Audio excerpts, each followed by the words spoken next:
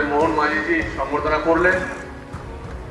আমাদের বিধায়ক দলনেতা মাননীয় শুভেন্দু অধিকারী মহাশয়, এরপর আমাদের মাননীয় শ্রমিক ভট্টাচার্য মহাশয় আমাদের বিধায়ক দলনেতা আমাদের শুভেন্দুদাকে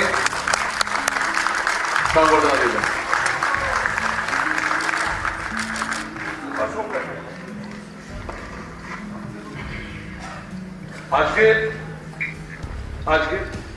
আজকের এই ঐশিক